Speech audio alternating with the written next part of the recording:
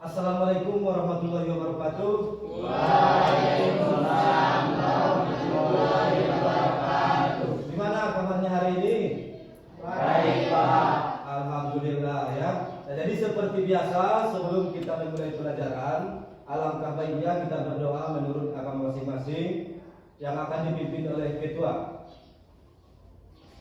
Sebelum kita mulai pelajaran, ada baiknya kita berdoa. Berdoa dimulai. Bismillahirrahmanirrahim. Rabbi israh li sadri wa yassir li amri wahlul 'uqdatam min lisani yafqahu qawli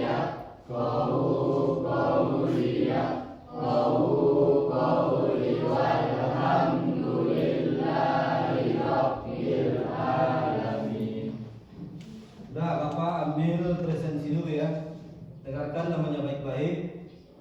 Abdul Muluk, Ayo Pak. Ahmad Ali Supri, Ayo Pak. Ahmad Ibrawanda, Ahmad Taufik. Ayo Pak. Semuanya hadir ya. Nihil. Ayo Pak. Ya. Nah, jadi ini tetap dipertahankan ya, karena yang kita tahu bahwa pendidikan itu sangat penting untuk bekal masa depan. Baiklah, pada hari ini kita akan masuk materi baru, yaitu tentang vulkanisme ya. Di mana materi sebelumnya kita sudah membahas mengenai tenaga eksogen dan juga tenaga endogen. Nah, siapa yang masih ingat apa yang dikatakan dengan tenaga eksogen? Coba Marwah.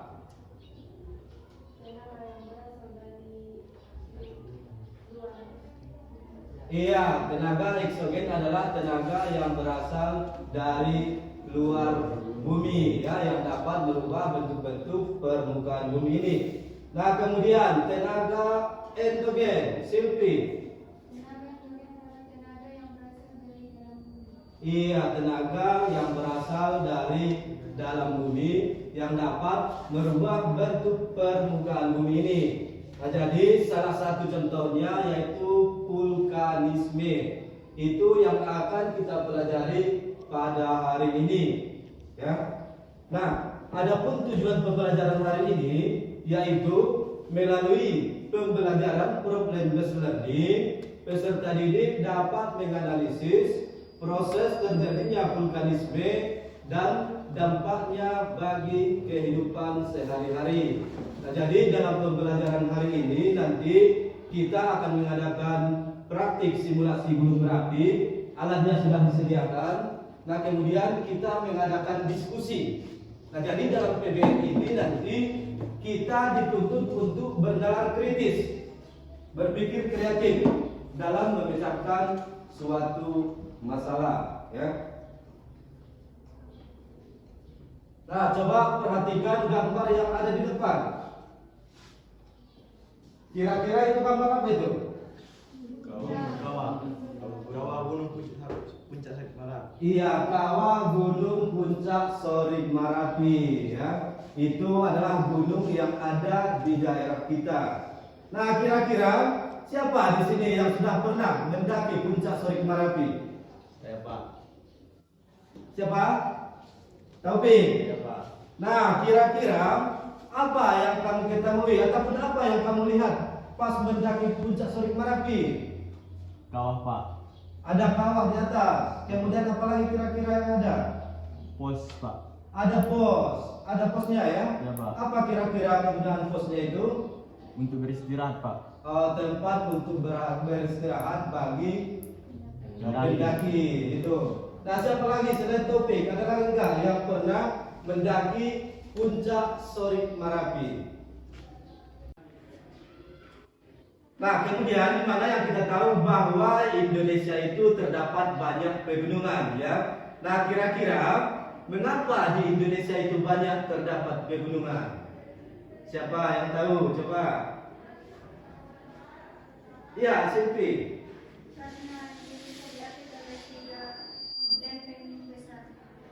Iya, karena Indonesia itu diapit oleh 3 lempeng besar. Di mana yang pertama lempeng apa? Eurasia, kemudian Indo-Australia, kemudian lempeng Pasifik, ya. Itu dia, benar sekali. Nah, karena ada ketiga lempeng tersebut pertemuannya di Indonesia, maka di Indonesia banyak terdapat gunung Merapi. Nah, menurut ESDM itu ada 127 gunung berapi di Indonesia. 127. Kemudian yang gunung yang dikatakan aktif itu hanya 69. Di antara yang 69 itu termasuklah puncak Sorik Marapi, termasuk gunung yang aktif, ya. Nah, jadi kita sebagai yang tinggal di daerah puncak Sorik Marapi, Gunung Sorik Marapi, tentunya kita harus tahu, ya. Kita harus tahu apa dampak negatif dan dampak positifnya tinggal di daerah pegunungan tersebut. Nah, kemudian tentunya setiap gunung yang aktif itu suatu saat akan meletus, ya. Suatu saat akan meletus. Kamu tahu nggak daerah kamu itu termasuk zona aman atau zona bahaya? Tidak tahu, ya. Coba kita lihat peta. Coba perhatikan ke depan, ya. Di sini ada peta.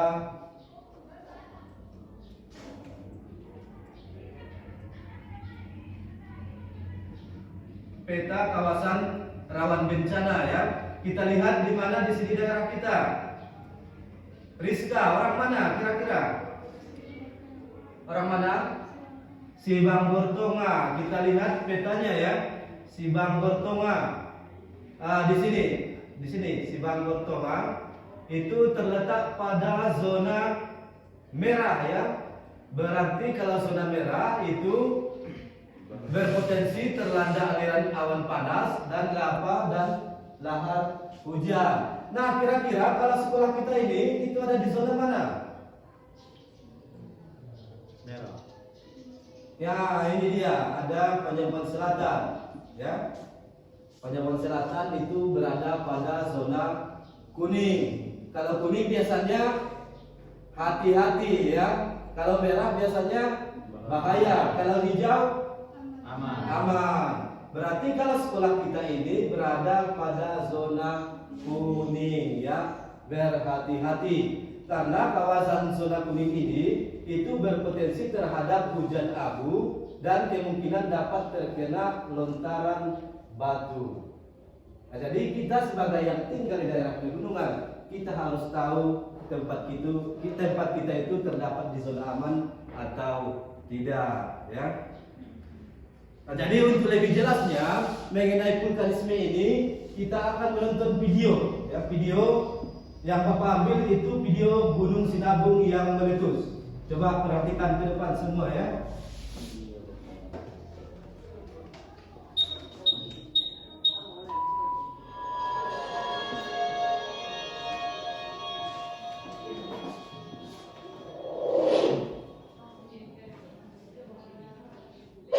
Halo, apa kabar sahabat sisi lain dunia?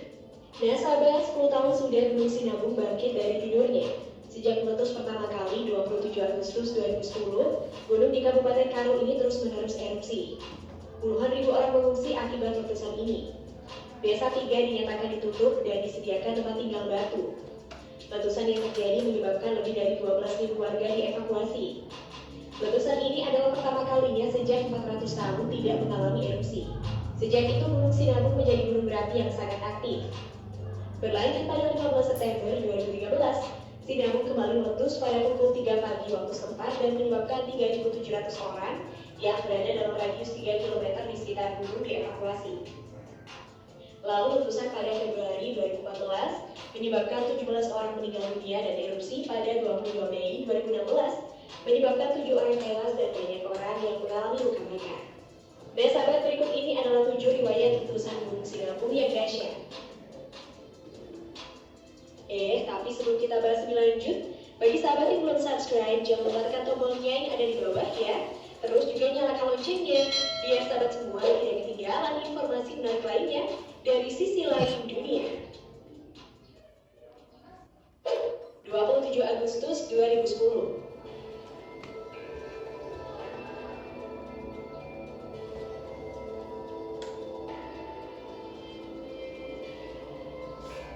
Gunung Sinabung meletus untuk pertama kalinya pada 27 Agustus 2010. Dikategorikan tipe letusan freatik yang diikuti jatuhan abu vulkanik yang menyebar ke timur tenggara Gunung Sinabung dan menutupi desa Sukameriah, Gunung Pitu, Sigarengarang, Sukadewi, dan Susu.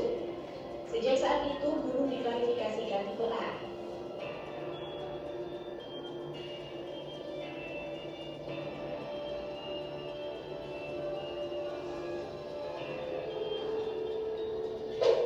September 2010.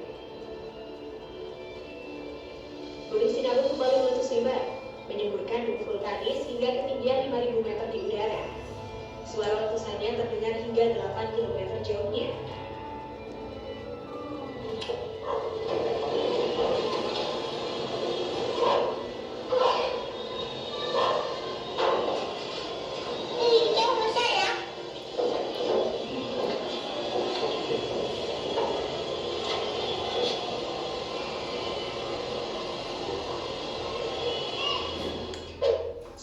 November 2013. Setelah lebih dari 2 tahun, Gunung Sinabung kembali erupsi hebat, mengeluarkan abu dengan kolom abu tertinggi sekitar 10.000 meter. Erupsi abu yang diikuti awan panas dengan jarak luncur terjauh ke arah lereng tenggara sejauh 1.500 meter.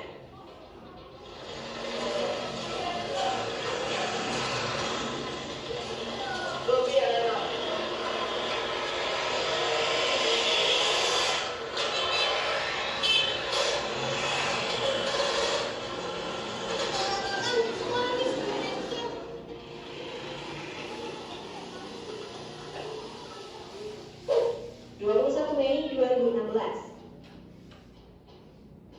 Gunung Sinabung kembali meletus.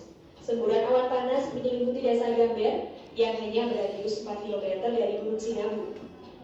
Sebanyak 7 orang dinyatakan meninggal dan 2 lainnya mengalami luka bakar dalam peristiwa tersebut. Itulah dia video tentang meletusnya Gunung Sinabung, ya. Nah, kira-kira ada yang ingin bertanya? Ada? Iya, silahkan Silvi. Apakah ada tanda-tanda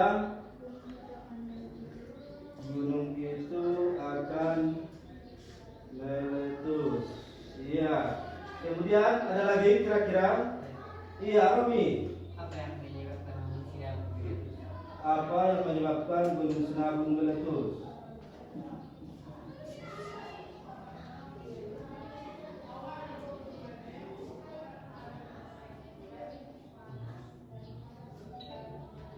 Oke, pertanyaannya kita simpan dulu ya.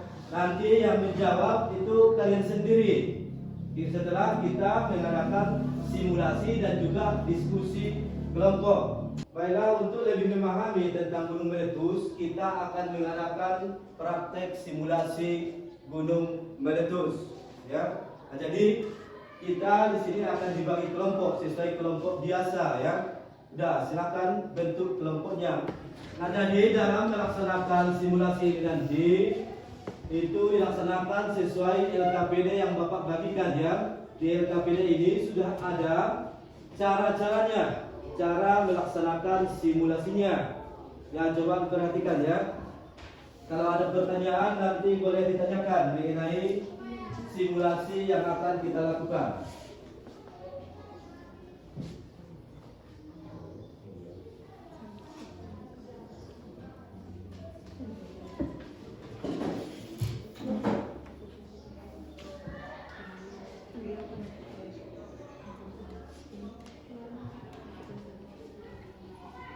Nah, dipahami dulu ya LKPD-nya.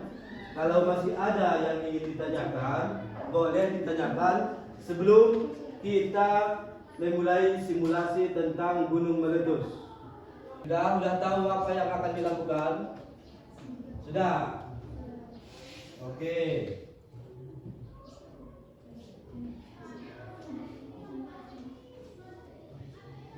Nah, jadi sebelum kita melaksanakan simulasi, ada beberapa hal yang harus kita ketahui tentang struktur gunung Merapi ini ya. Di mana di situ ada dapur magma, kemudian kepundan, kemudian erupsi eksentrik, kemudian kawah erupsi samping, erupsi pusat, awan panas, lubang kepundan, erupsi samping, leleran lava, dan lapisan batuan. Itulah istilah-istilah dalam vulkanisme ataupun gunung meletus. Nah, kemudian masih ada juga 3 bentuk gunung api ya. Ada 3 bentuk gunung api, di mana yang pertama itu adalah gunung api strato. Gunung api strato itu bentuknya kerucut. Nah, kemudian yang kedua itu gunung api perisai. Gunung api perisai ini itu bentuknya seperti temeng. Puncaknya itu tidak terlalu tinggi, dia agak landai. Kemudian yang ketiga itu adalah gunung api maar, ya, di mana gunung api maar ini itu mempunyai cerobong yang besar di atas. Dan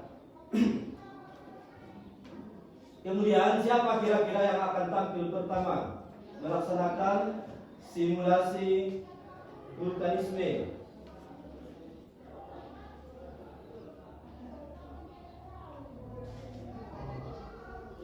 Atau kita laksanakan spin ya, spinner. Kelompok. Iya, kelompok 1 duluan ya. Oke, kelompok 1 kita persilahkan.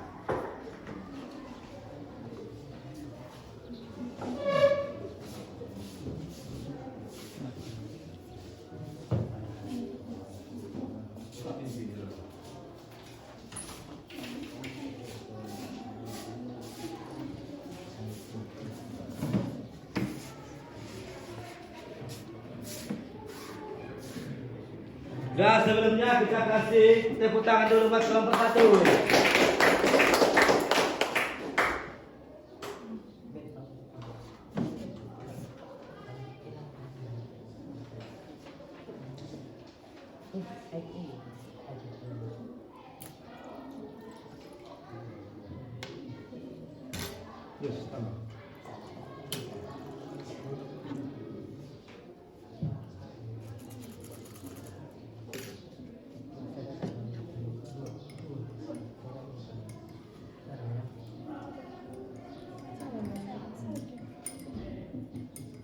Kameranya lagi kan?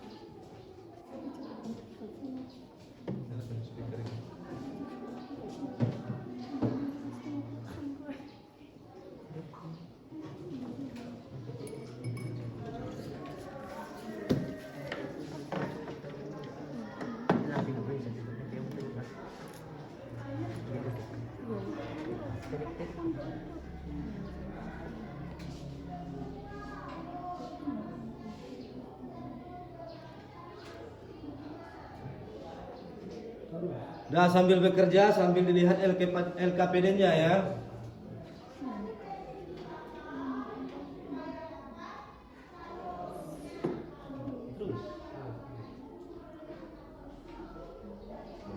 Wind kamu makin naik, kurang naik.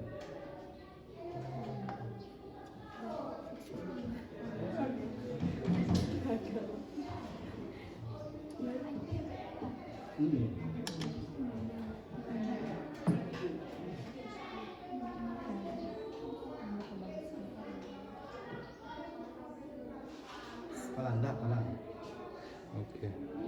Terus.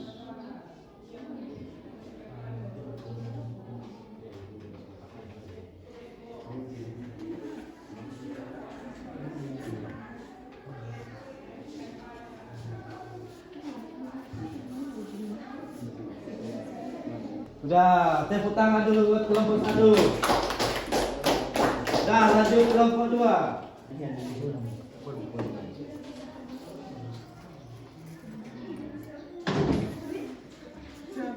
Halo, main 2 cendol.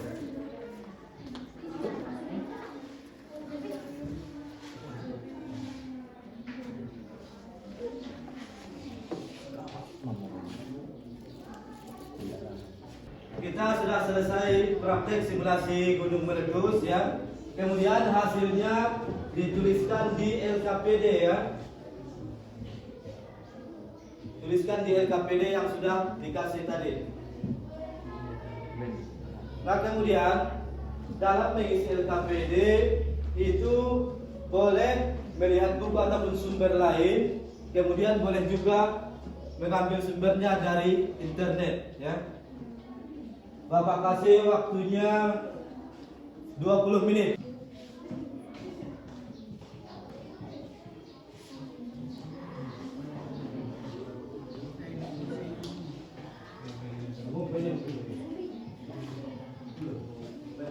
Sekarang kita akan mengadakan presentasi. Siapa yang duluan tampil ke depan? Dah, kelompok 1 ya. Kelompok 1. Assalamualaikum warahmatullahi wabarakatuh. Waalaikumsalam warahmatullahi wabarakatuh. Kami dari kelompok 1 akan mempresentasikan hasil diskusi kami. Yang pertama, Satu, dari hasil praktik atau simulasi yang dilakukan, bagaimanakah proses terjadinya vulkanisme pada gunung api? Jelaskan. Keluarnya magma ke permukaan bumi melalui retakan batuan, patahan, dan pipa kepundan pada gunung api yang disebabkan tenaga magmatis lebih kuat dibandingkan tenaga litostatik. 2. Berdasarkan bentuk miniatur gunung api yang ada di depan, maka gunung api tersebut tergolong bentuk gunung api. Jelaskan pendapatmu. Gunung api strato karena bentuknya seperti kerucut dan material yang dikeluarkan pada waktu erupsi berbentuk lava cair. 3. Berdasarkan hasil simulasi yang dilakukan, tipe erupsi apakah yang terjadi pada gunung api tersebut dan mengapa mempunyai tipe demikian?